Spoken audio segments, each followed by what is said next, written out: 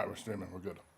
All right. So, I guess let's just go over kind of like. So you're saying model context protocol, and it's what is it? I'm not understanding what that. What do you what is that? I mean, it's a way of exposing content to LLMs or anyone that tries to consume the API, but it's a common API for exposing a dialect to an LLM to talk to you. So if you have some proprietary information that you want to like build tools or expose tools for, then you can stand up an MCP server and build out a set of APIs that an LLM use, run an MCP that you add to VS Code. MCP is a good way to do that. I don't know what plugins are. That's how we started. Is I don't know anything about Claude plugins. Gotcha. And oh, and I see. So that was the. So the MCP is just an API that allows for LLMs to interface with it, which Yeah, and vaguely, it's like the more established mechanism behind that.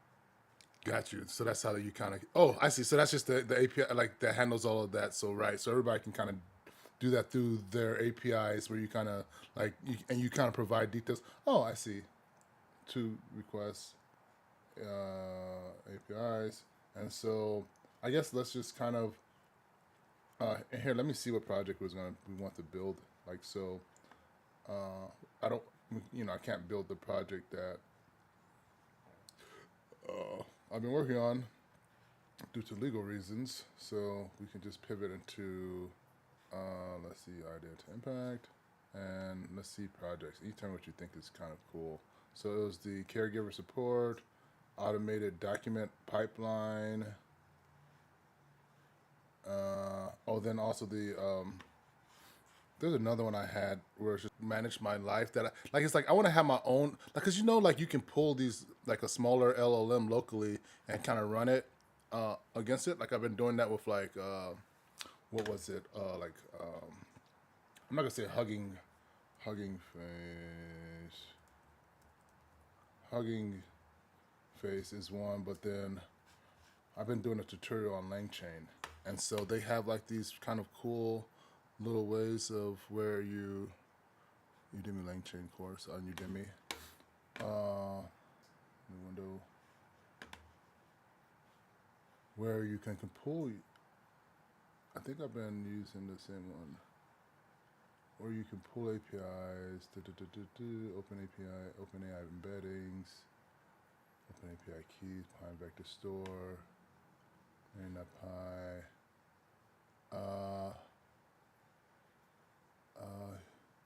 What about pulling APIs? Chat, OpenAI, human message. I don't know where I've been pulling the APIs, but it's just like you can pull like local LLMs, smaller LLMs locally, and kind of run like, like you're saying, like do these kind of queries against them or like have them solve things. But it's like I'm taking a tutorial on it, but it's literally just like here's this tool that abstracts everything for you, and then it runs you down the history of what it is. But it's pretty much just like this library just kind of handles everything for you, right? And then also you kind of have these embeddings, and then like the vector store, and then like it gives you an answer, right? Like I created this document. Have you ever worked with the LangChain? Lorella? And so here I have this thing where, so like I create this doc where I have like here let me show you. You can see my PyCharm, my LangChain prop tutorial. I can see PyCharm. Okay, and so here let me show you. I guess let me show you my desktop.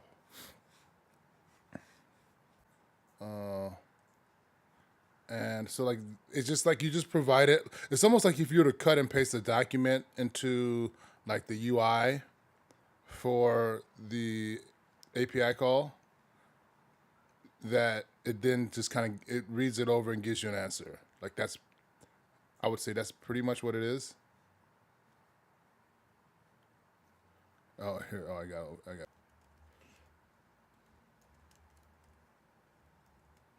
change the directory, ls, vim, gates, beef. And so here's the doc. And I found it off of Wall Street Journal. right? And it's an article that I took the text from it, and it's like Bill Gates, who's like overseas in Africa and like pretty much just appropriating their resources. Read about this guy, the more you know. But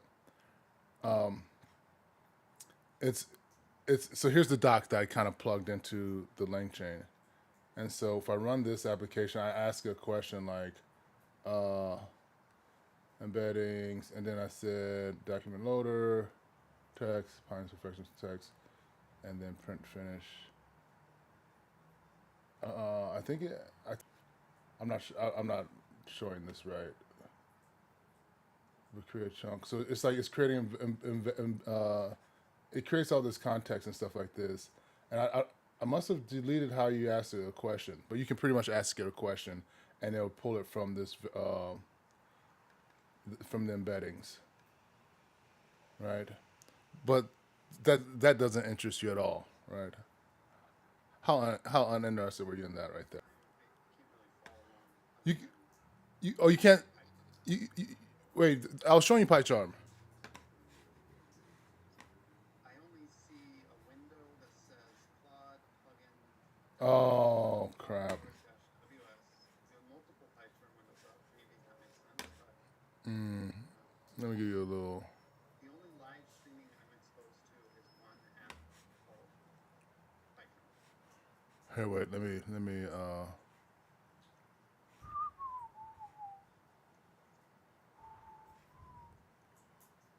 Allow.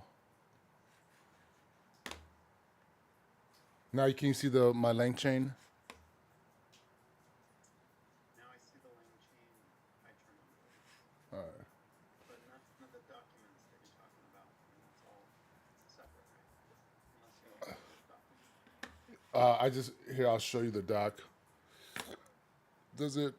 Oh, you know what it is. It like stops, and I don't know why that happens. Where it stops, because like now you can see it, right? You see the doc pop up. I do see the doc. Where I have to like constantly restart capture. I'm not sure why that is, but so here's the article I pulled from the Wall Street Journal, and it's like going over like Bill Gates and his problems and stuff like that, or like what he is, or like just like it was like a conflict that he's having in Belgium, like over like Congo, and they're like a like digital library over like showing like I want to say it's showing where some resources are. I wasn't sure where what resource it was, but let me ask. We can talk about GPT right now about this, right? But hey, I in my ingestion.py, I want to ask a question. You know, that's what's so great about this, because now I'm like, okay, wait, I forgot how to do that. Can you give me a quick reminder? It's like you have this really great dev around you all times. That's all knowing, you know. Yeah. All right, cool. How would I implement this? How would I ask that question? All right, so let's see what it says. All right, ingestion.py. Let me read the current ingestion.py file. All right, so next name, LLM, ChatGPT 4.0. I can't say so. Print answer that results. Oh, so answer.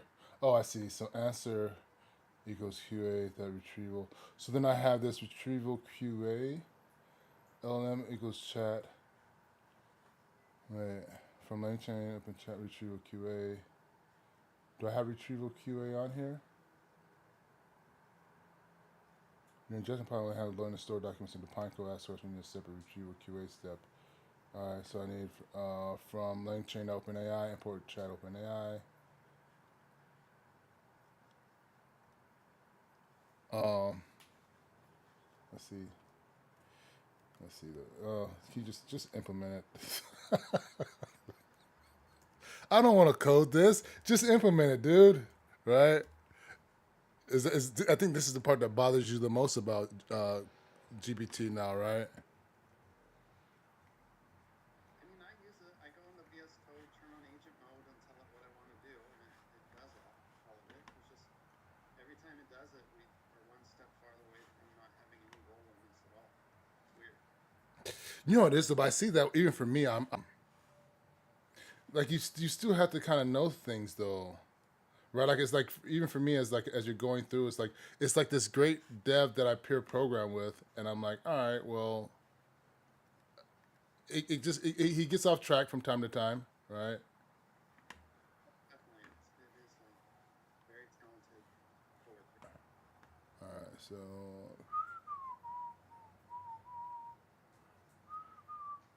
wait, what happened there? Wait, fix the models, GPU for phone, added initial components. Wait, what is this? Oh, this is main.py. Updated main.py. Crap. All right. Well, it mainly just revved the version of the model you're using. It thinks that GPT-4o is probably a little bit dated at this point, so it switched you to 5.2. Right. Which was, I uh, didn't see a lot of other change, but maybe. and that's at the ingestion.py. Where did it make this change at? Update main.py. So update my main.py. Are we in the right project? Like, oh, let's see. Oh, wait. Oh, I guess it stops. Go ahead and implement. Keep going. All right, so maybe that's what happened.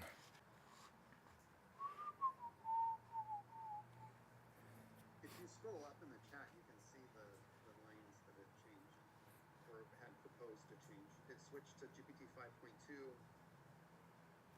It And we can even just do this ourselves, right? I think that Ingestion.py. was the one line it changed, Okay. or you got rid of it. It just goes print initializing component. I think you got rid of it because this says it just changed one line. And it's not even, where is it even putting it at? And I think this is one of the things that's frustrating about the GPT though also, where you're just like, okay, wait, what happened? And so now I gotta wait like 3 minutes, and it's probably stuck, right?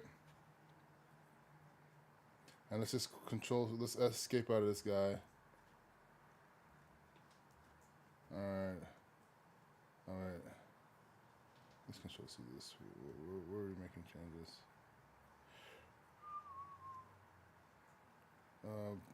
Let's fix the ingestion.py to ask a question about the article.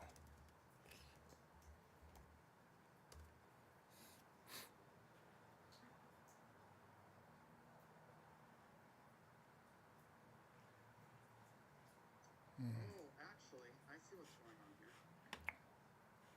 What happened? Your initial question was like, let's make this work. And it found a problem in that it doesn't know about GPT 5.2 and thinks you're confused. So it switched you back to GPT 4.0 because it knows that model. So Oh, that was the original thing that it was trying to fix. In reviewing its comments, I see that. And I see the new changes that you're getting here in ingestion.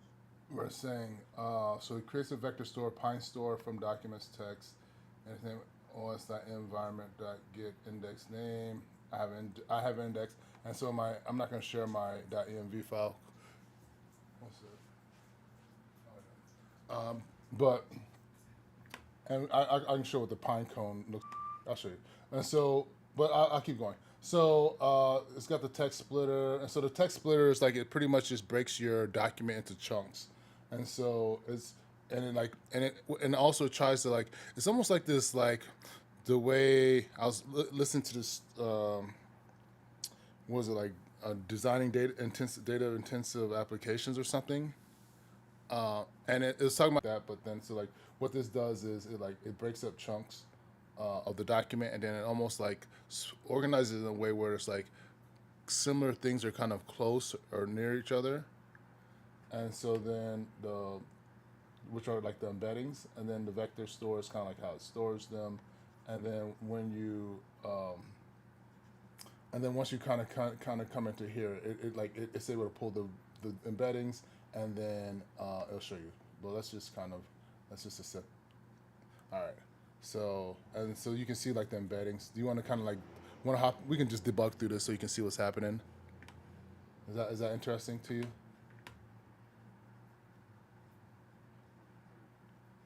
Insert All right, so here's the document, and it takes it's not too it's I haven't on current file yet, and so we load our document. It's that document that we're pulling from the desktop, and here's the text splitter. So let's kind of pull into this guy text. Let's just kind of go down embeddings, and then vector store.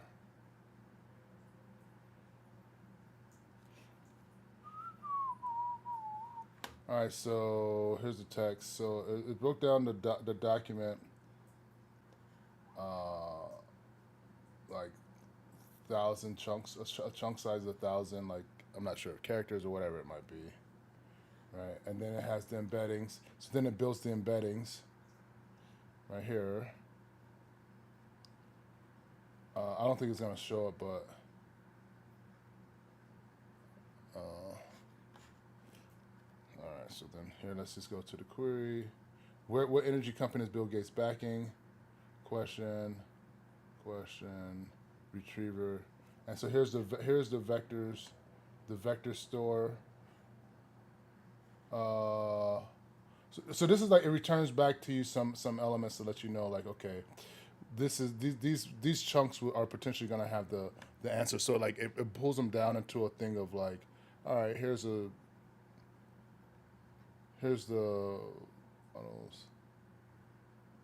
what I do retriever.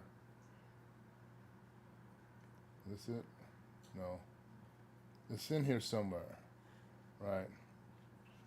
But then we're gonna do the query. Retriever vote query. Here's the docs. Oh, here's the docs right here. Let's see what this docs gives me. And then so here's the content of the docs that it's gonna be pulling from. All right, so let's see. So the vector store. So I think the vector store stores like all your content, your details, and this thing called embeddings, which are kind of broken up chunks of like what your data kind of looks like, and then you take that vector, you take that. Here's the chat prompt template from template. Here's the chat, and then you give it the context, which is the format docs, which come by way of the vector store, and then you just give it to GPT, and it powers it out and gives you the answer. And let's see what it gives us. Message. All right. The context provided does not specify the name of it. Right, just like let's see, who is Bill Gates? Who is Bill Gates? What company is Bill Gates having? What company is Bill Gates having issues with? Let's just see what that gives us.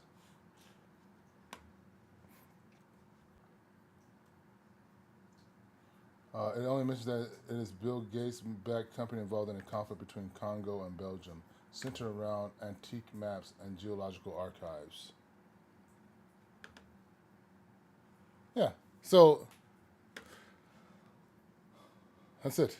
All right, so I guess we got in a little bit of a, I got in a little tailwind, but let's use this and get rolling. I gotta hop at 3 though.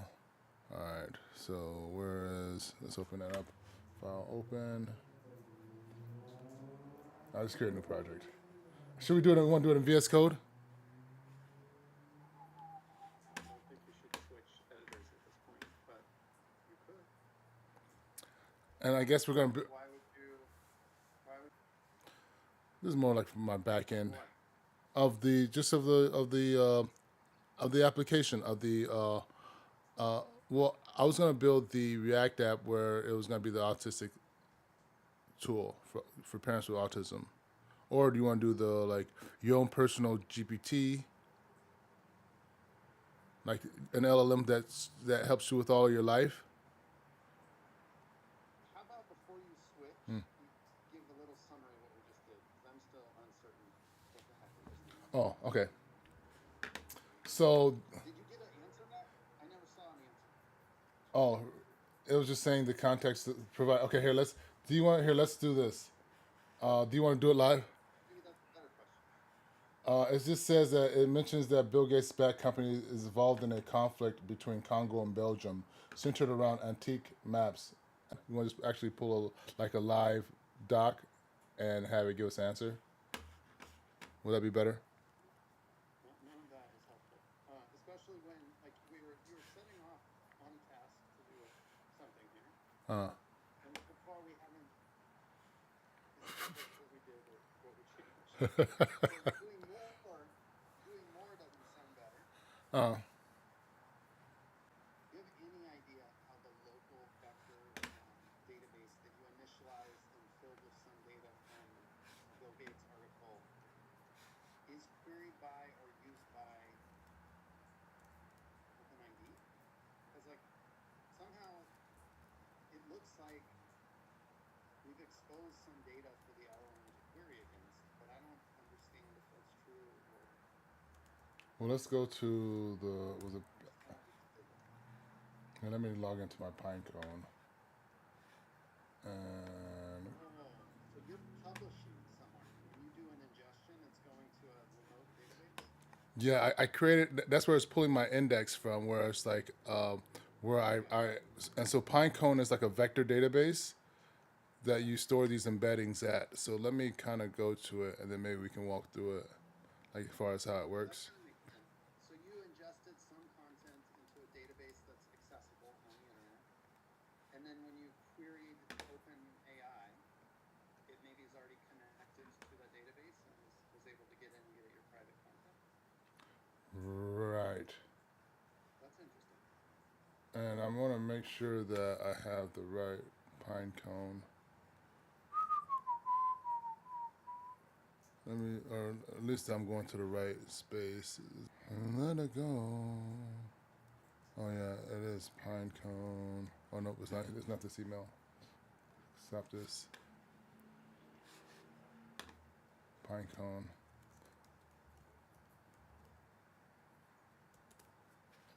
Pinecone.io. Let me just make sure. Oh. It's just I always had this thing in my mind that's like it's gonna go so fast, and we're just gonna do this, and we're gonna do this, and then you're just like, all right.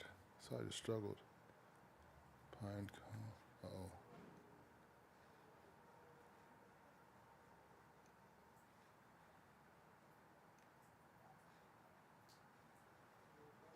I see like a high level overview of doing a query against the vector data store.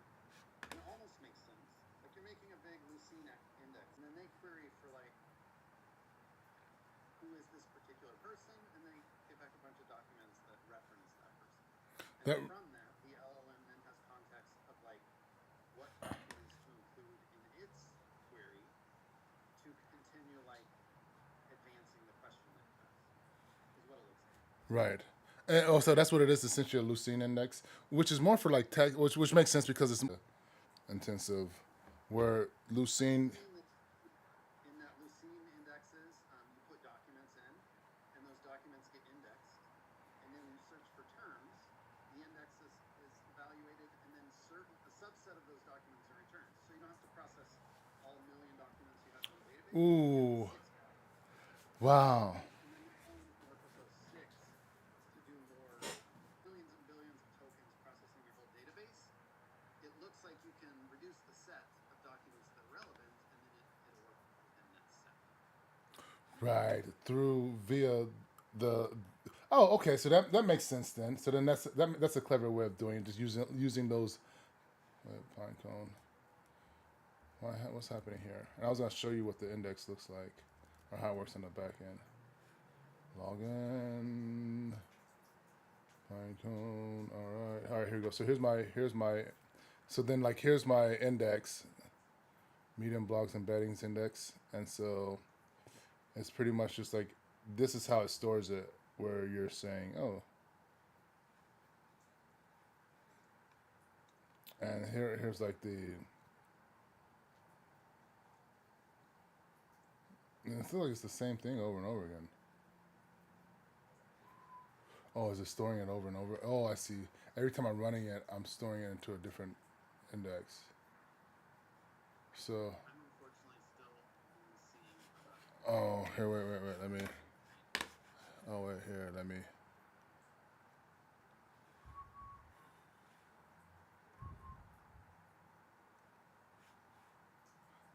You know, there's major. All right, here we go. Allow. Share entire screen. All right, so now you're able to see. And so here's all the indexes that have. But then I'm running it. I'm running it over and over again.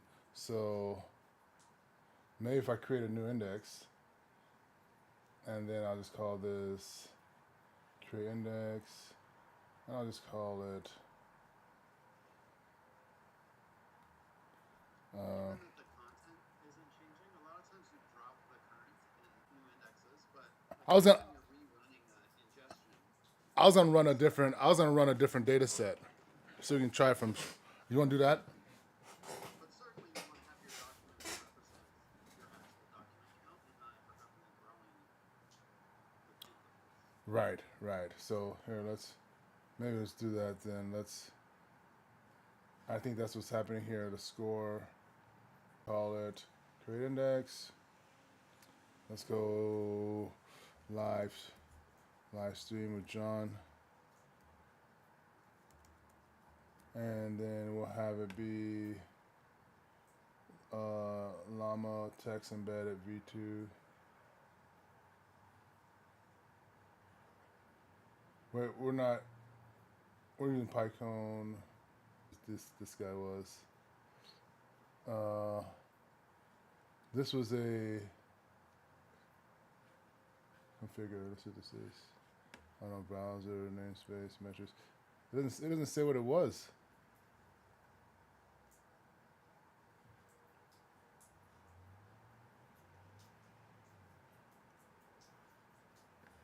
Oh, this is how it connects. Let's create a new index. I'm gonna play around with it. Live stream John.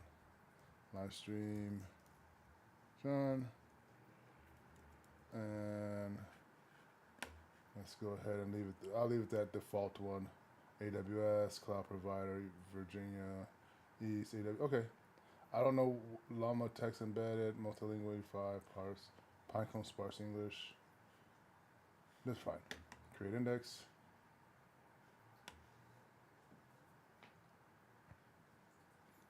And then I want to say, this is the guy. Can you still see my? You can still see my Udemy course, right? Let me move that here, so people can't see all my keys. And all right, so .env, Pinecone index name. Oh, what's my index name? Livestream John.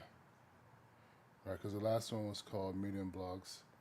Right, the last one was called Medium Blogs Index. This is Live John. Let's take this on. Livestream John. All right. Pinecone. Okay, anything. Livestream John. All right, so we got our. Can you see? Can you still see my screen? I see the created index screen. Okay, gotcha. Okay, so we created the John index.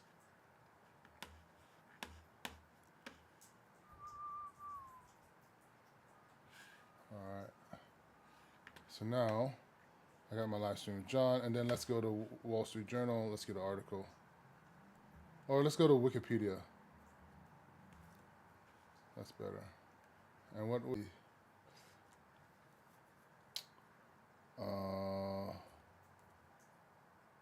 robotics,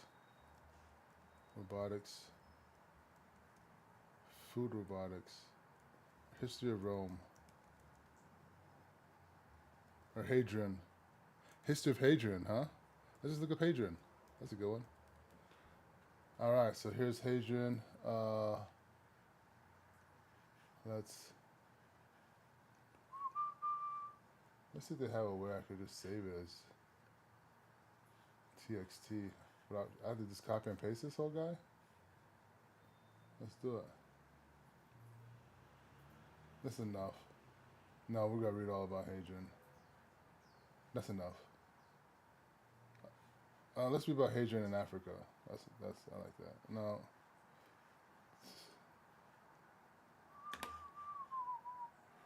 this is file. Save pages.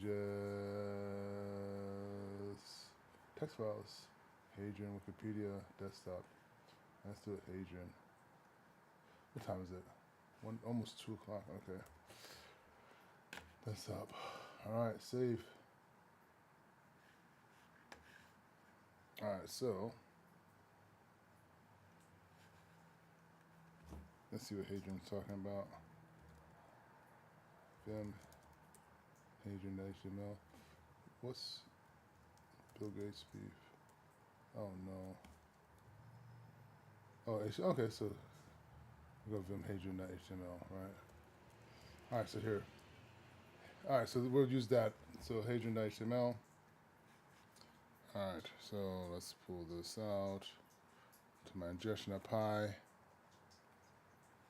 right, so pulling Hadrian. All right, so we're gonna go Hadrian.py. Hadrian right here. All right, and so it's just like, what did Hadrian do in Africa? I don't want to hear about this, but what did Hadrian do in Africa? All right, so we uploaded the doc, updated the doc. Everything else is still good. You can still see the screen. Did you change the index that you're using? Yeah, I changed it on my on outside of here. Here, and let's run it, and then we can see it kind of pop up.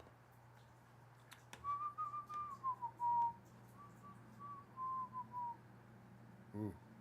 So, oh yeah, this is a lot. So there's a lot of. So you see all the chunks. Uh-oh. Let's see the docs. Let's see what it did over here, though.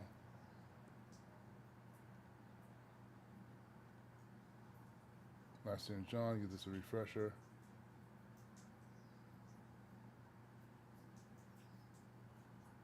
Come on. So, no records yet?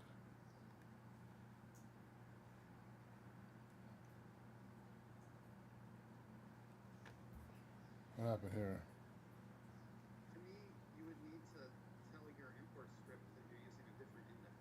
That it has a unique URL that it exists at, I would expect. And your script is pointing at the old one. How did you update it to point at your new index? From in my .env file, I just changed the Oh, you did? yeah, the index name. Here, let me make sure. Let me make sure. Let me just make sure I had the right name. Cause it's got my API key on there too. I didn't share it on screen. I see. You want mine screen. Yeah, index name livestream dash John. I called it livestream dash John. Index name. Pinecone API key still good. And then also we could do a length chain is Lang Smith. All right, and it's like, oh, let me come over here so I don't share my password. What is this?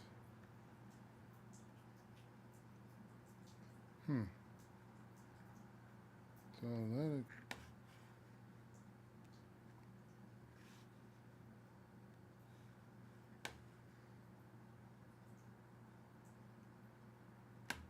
Let me get it going.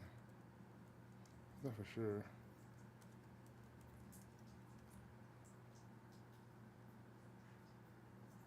Oh, here it goes. All right, so here's the Lang Smith.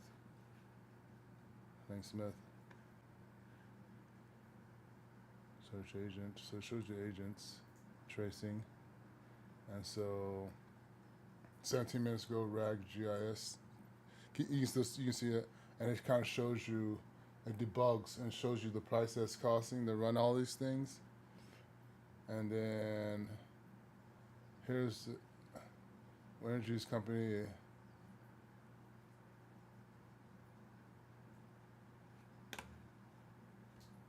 And then here it gives you the things as far as, okay, we'll go to vector store. You see the output. Oh, and here's showing you the actual the Bill Gates, and it's showing you the actual like vectors that it was referencing.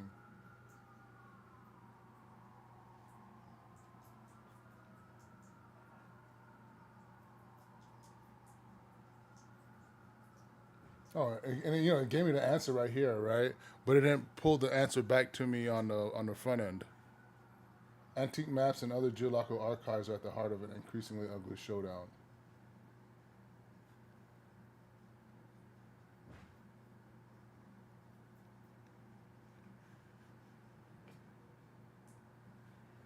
Which is all very interesting. All right. And it didn't work. The other one didn't work though. I'm not sure why this didn't work.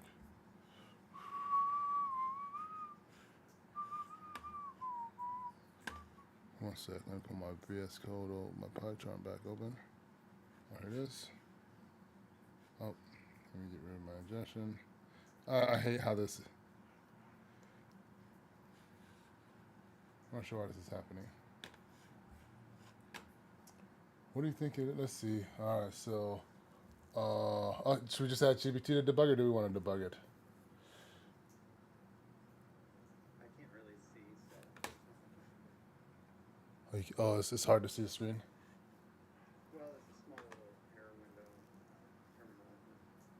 Can't exactly see what It was just saying. but it does give you an error. Pine. It says Pine vector store from documents tab or vector dimensions.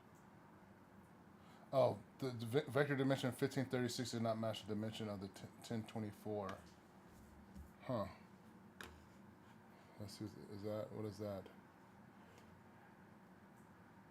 Maybe on your index it shows a different size. Is that possible? Oh, because this dimension is saying 10 dimension 1020. Wait. Oh, I see. So then maybe here it's saying it should be 1024.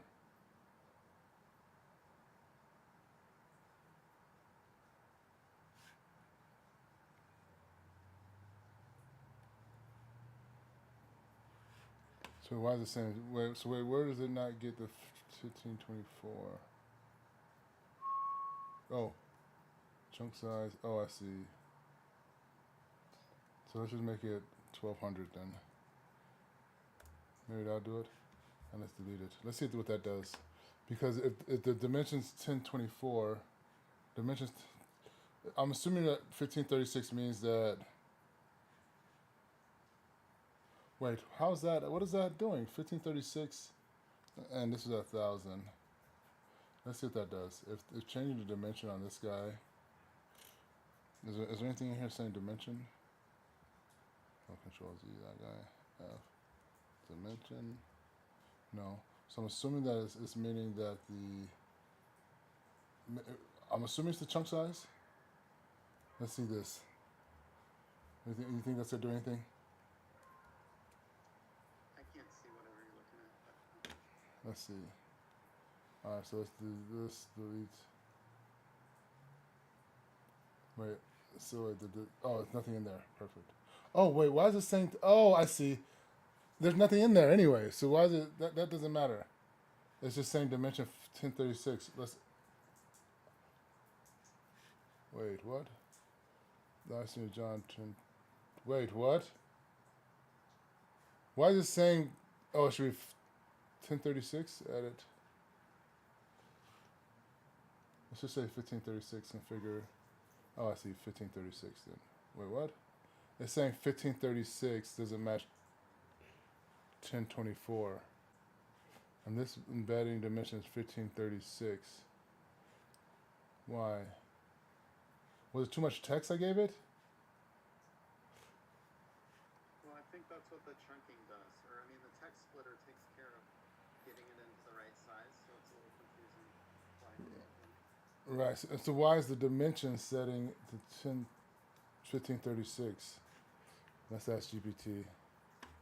I didn't even have a session open, so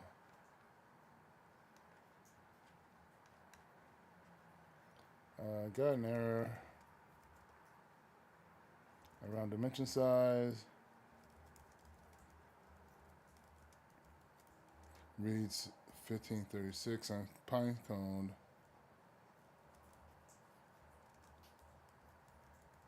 Code complains that it should be 10.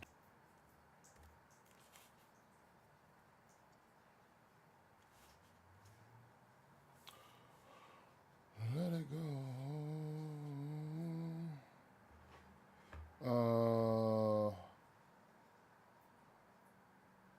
Default OpenAI embedding model text. Oh, so this model outputs 15 but your Pinecone fixed use text and. Did it change my? Oh no. Okay, so all right, let's just do that.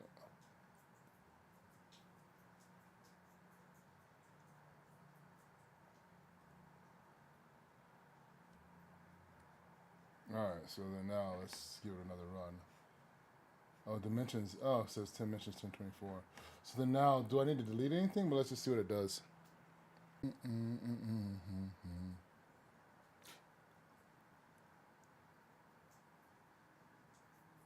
Message size is 15, which is 4967. Oh, so it's too big. Right? Let's do this. VM HTML. We don't need this stuff. We don't need this, guys. Delete. Delete all these guys. Let's just go 50. Let's go 50. DD. 50. Alright. 50. DD. 50. DD. 50. DD. 10. Efficiency, winery, alright. Let's go 100 DD. Alright. So 50 DD. Alright, so here we go. I'm assuming this will. I don't know if this will fix anything. Alright, so let's just write it there. Right quick. Alright, so let's go back to this guy. That wouldn't work, right? Would that just be it? Is this just saying my 75964? Here. Let's go 1,000.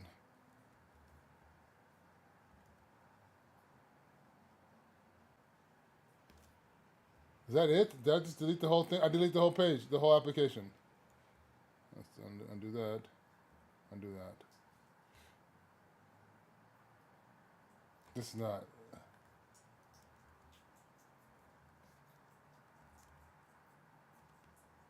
From Hadrian. This is not right. Why would that say this? So.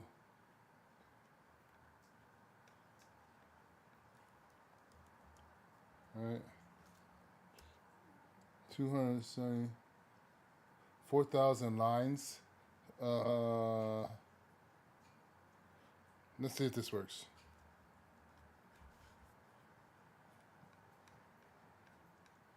All right.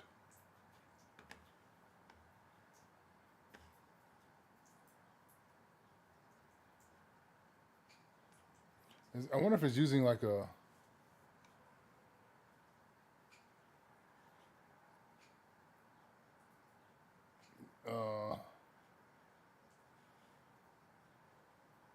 Let's just use Bill Gates beef. Wait, why is that?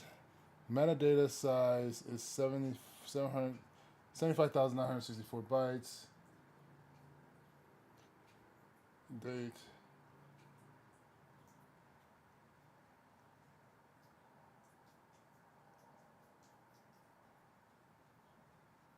Here, chunk size, other size 12. Wait, so then also. Alright, so then I get the error. I'm just gonna put this error in here, GPT.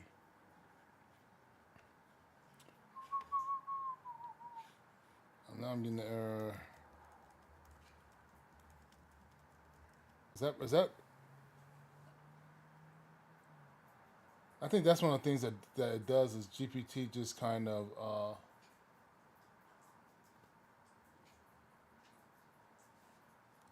What does this mean? I just want to have it explained to me.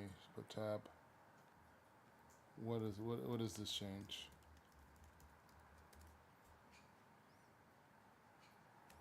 Because it's trying to. I only changed input but forgot to update the usage on line 18. Let me fix that. Oh, recursive character text splitter. Okay.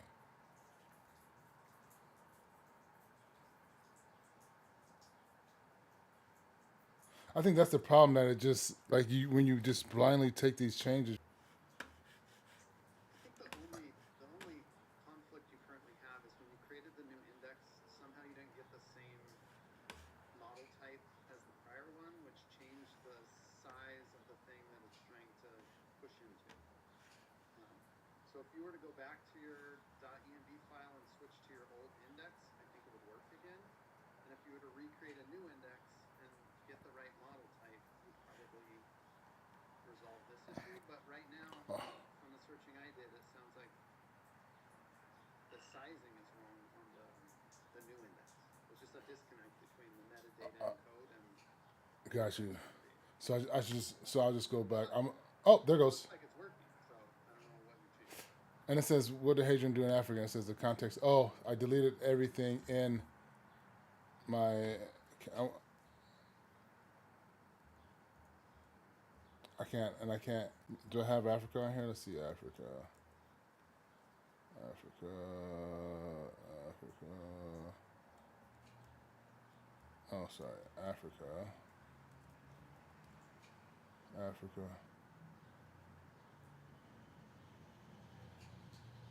Okay, let's see. Okay, so in 123, Hadrian crossed the Mediterranean to Mauritania. So let's see if it gets that. All right, let's ask that question. If it doesn't, then I'm calling BS on this whole thing. All right, so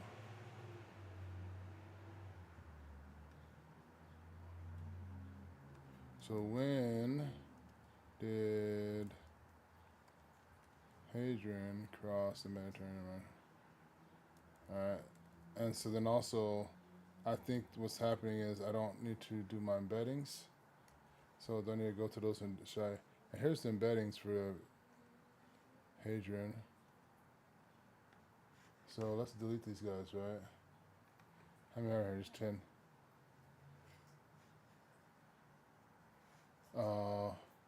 Should I just do a new embedding?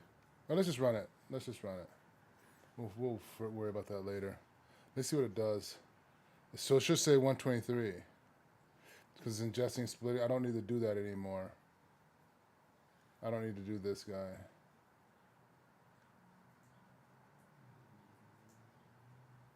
Oh, here he goes. Hadrian crossed the Mediterranean to Mauritania in 123.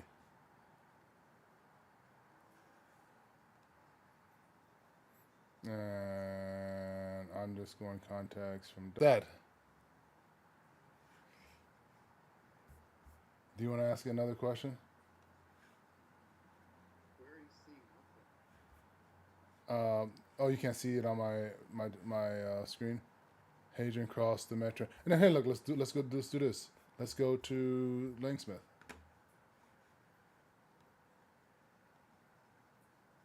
All right. So can you see my Langsmith? Oh, let me do the allow again. Let's go share entire screen. Now you can see it. Let's go to tracing. You know, let's do this. I'm gonna rename it. I'm gonna rename my tracing to so we don't have to keep going the same one. John debug sesh. Here, what I'm gonna do also is I'm going to create a new index.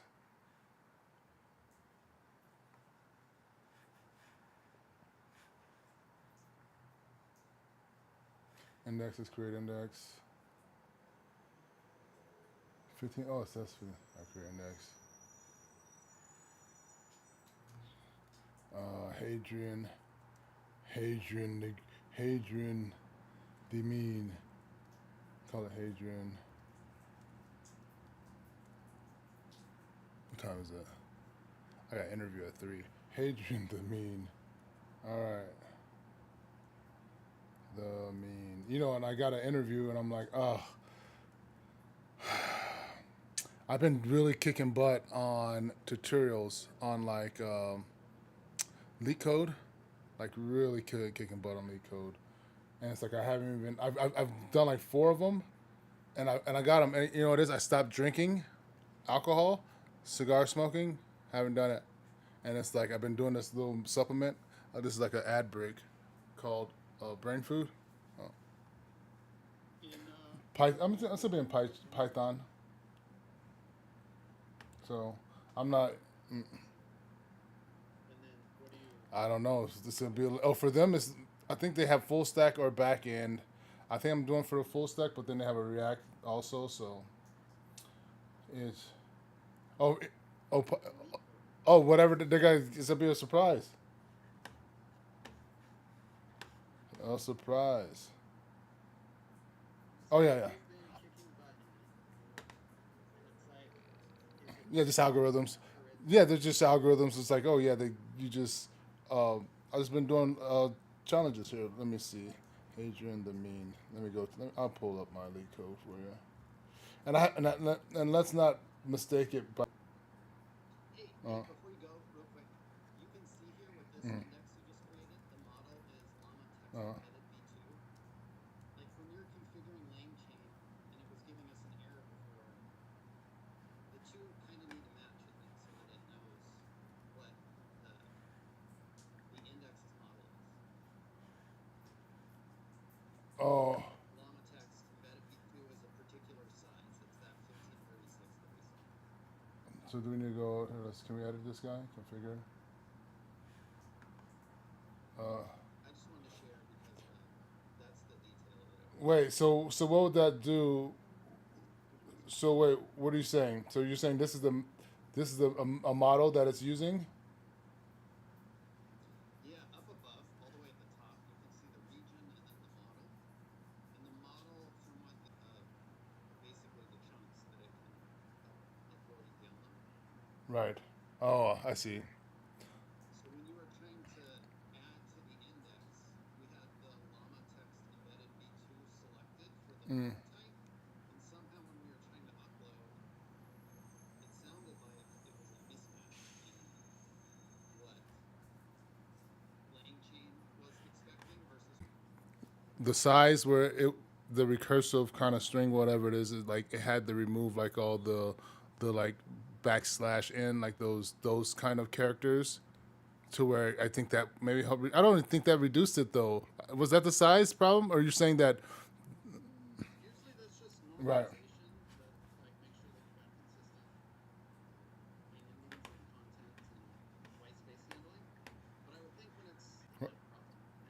And from everything I read, you just need to line up and make sure you can run auto select. And then right here I got the 1024 on this guy, and so I think we should be. Oh, I see. And then okay, so and it had 1536 on the last one or something, and I was expecting to write the 1024.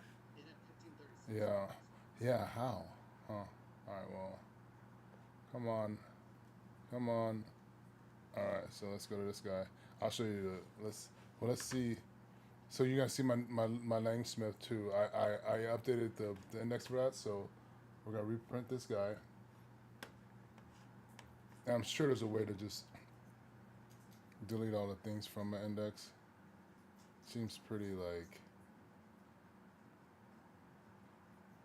Okay. Oh, here you go. See, so here's his answer, and so wait, here let's go to Langsmith, like I was saying you, to where we can see this John debug session. You see this? Oh, let me just share. Why does that keep? Basically, you should just consider that I never can see anything. And then always just refresh the screen, huh? All right. I just never can All see right. it. So now you. You could have a different session with any.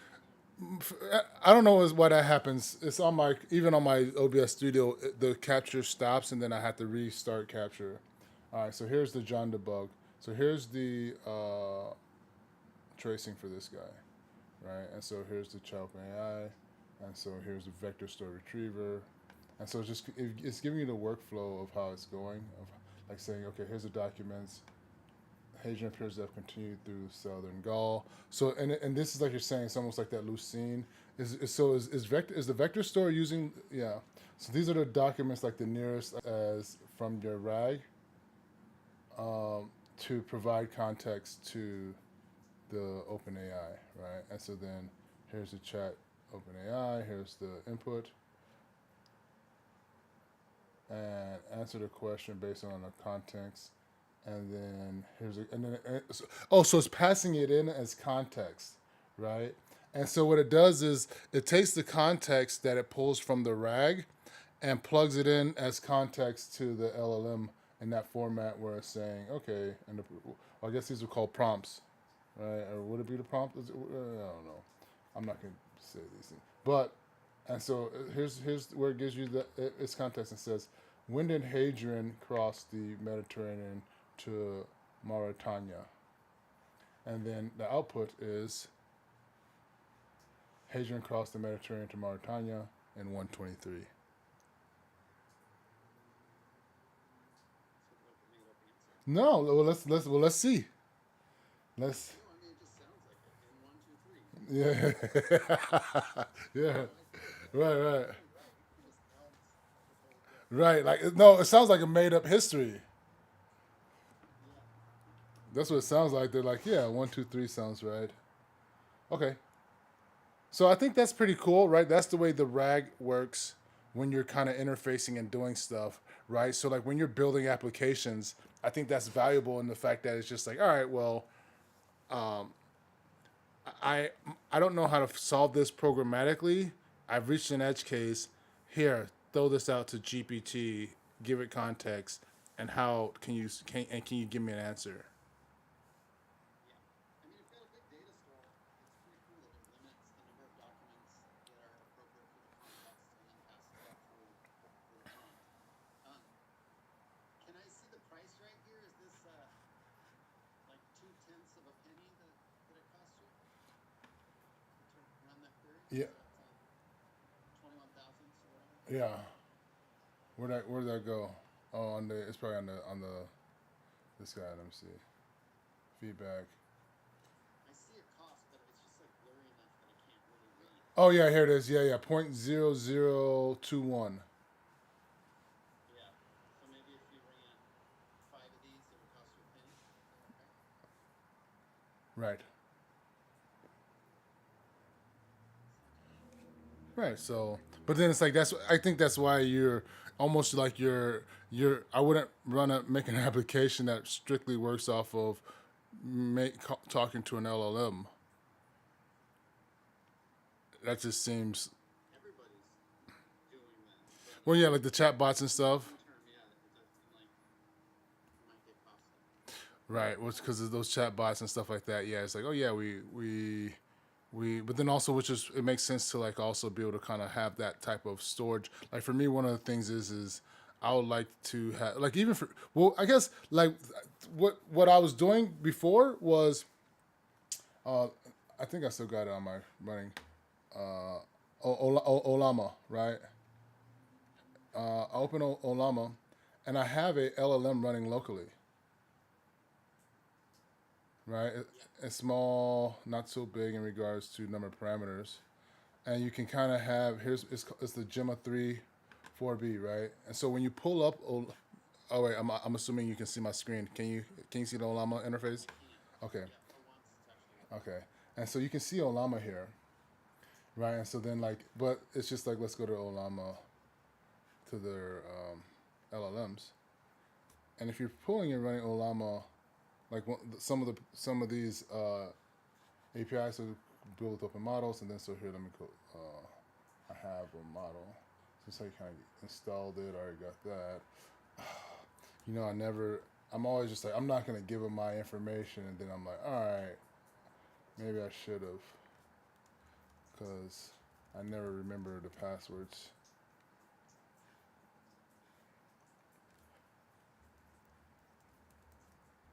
or maybe I use if this doesn't work, then let's go back and we use Google. I think that's what I'm starting to do nowadays, where I'm just like, forget it.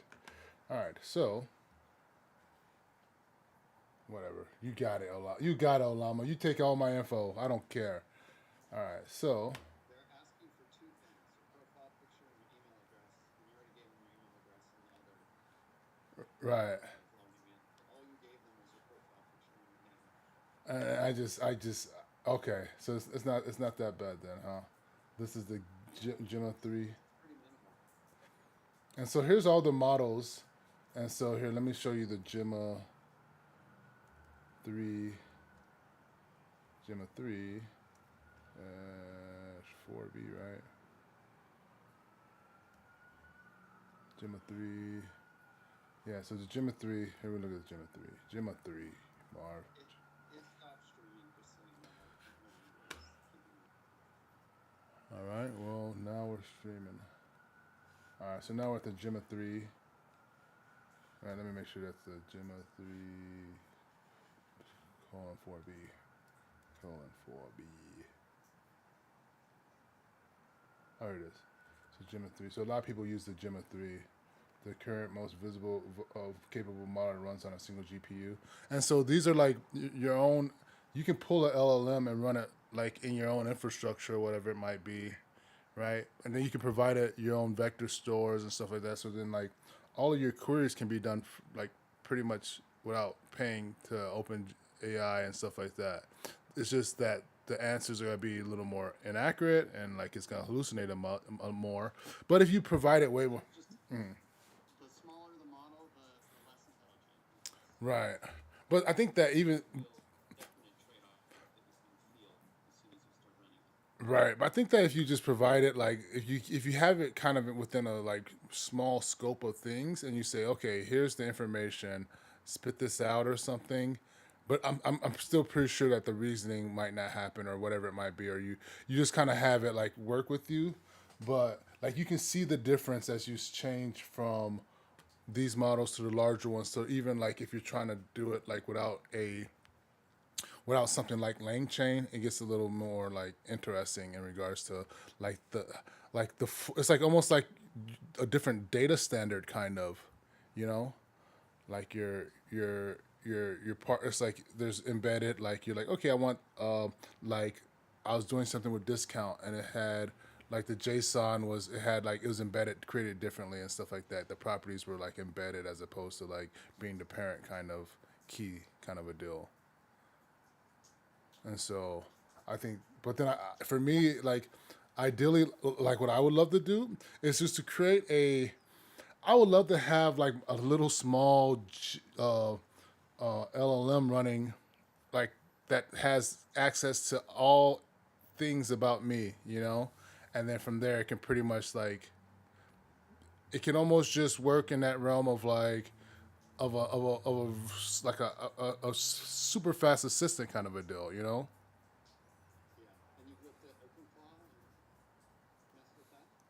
OpenClaw is that the thing? I saw some guy talking about that with the glasses, right? Is that like a he was talking about he used OpenClaw? Basically like an LLM that runs on your machine that orchestrates to everything else. Um, I Oh, mean, it's kind of exactly what you're saying. And they got really, really big, really, really fast. And then they got bought up by, I think, OpenAI. But everybody's knocking that off. And it's essentially using your local compute for like a lot more. It's orchestrating. It's constantly like, it's more alive because it has a heartbeat.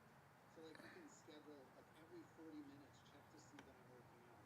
Every 40 minutes remind me that like I need to check my blood pressure, and then it'll talk to your blood pressure sensors, and it's like it has more has a heartbeat so that it can have like interruptions and iterations.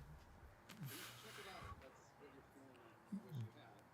but I don't. But for me, it's also just a matter of like your data, right? Like all these things that it's interfacing with that you're like providing it, like you're this it's getting tossed into this like this other org's kind of infra to like know all aspects of you. Where it's just like if you have like this local LLM running locally, and you're able to kind of orchestrate these. Honestly, no.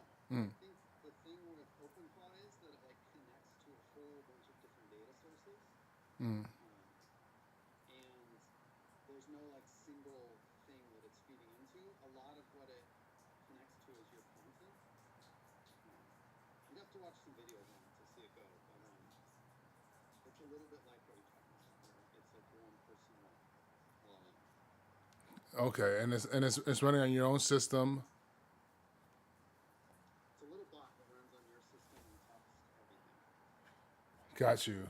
I got to look into it. So theoretically, like, so for instance, like, no one would have access to like the internals or like whatever that my bot running at my local system has, or like nobody could query that or pull that, or even like, say for instance, like when I'm writing to Microsoft on my Outlook, or even on my OneNote, it's like Microsoft's able to like take that data and like store it in their servers, right? Microsoft already has it, just like Gmail already has it. Right. And I think the thing that OpenClaw is interesting is it can connect to all these disparate systems, like what the two you just mentioned, and then Mm. a million other things. Like you could connect OpenClaw to your Bitbucket repositories and your issues that are in whatever the Bitbucket issue system is, and it ends up collecting knowledge about you. And it's a little device that runs on your machine.